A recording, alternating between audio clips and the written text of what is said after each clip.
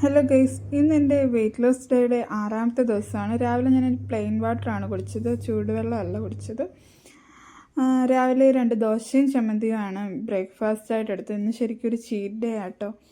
ഞാൻ ഇന്ന് മന്തിയൊക്കെ കഴിച്ചിട്ടുണ്ടായിരുന്നു. മൊത്തത്തിൽ കയ്യിൽ നിന്ന് പോയി നിൽക്കുകയാണ്. എങ്കിലും ഞാൻ പറ്റുന്നത് പോലെ മുന്നോട്ട് പോകുമെന്ന് വിചാരിക്കുന്നു. ഉച്ചയ്ക്ക് ഞാൻ കഴിച്ചത് ബീഫ് മന്തിയാണ്. അത്യാവശ്യം നല്ല രീതിയിൽ തന്നെ കഴിച്ചിട്ടുണ്ടായിരുന്നു കേട്ടോ. എങ്കിലും 30 ഡേയ്സ് എന്തായാലും ഞാൻ മുന്നോട്ട് പോകും. എന്തൊക്കെ കഴിച്ചാലും മുന്നോട്ട് പോകണമെന്ന് വിചാരിക്കുന്നു.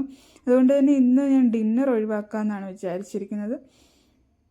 ഇന്ന് രാവിലെ ഞാൻ വെയിറ്റ് നോക്കിയപ്പോൾ ഇന്നലത്തെക്കാട്ടിൽ കുറച്ച് കൂടുതലാണ് കാണിച്ചിരിക്കുന്നത്.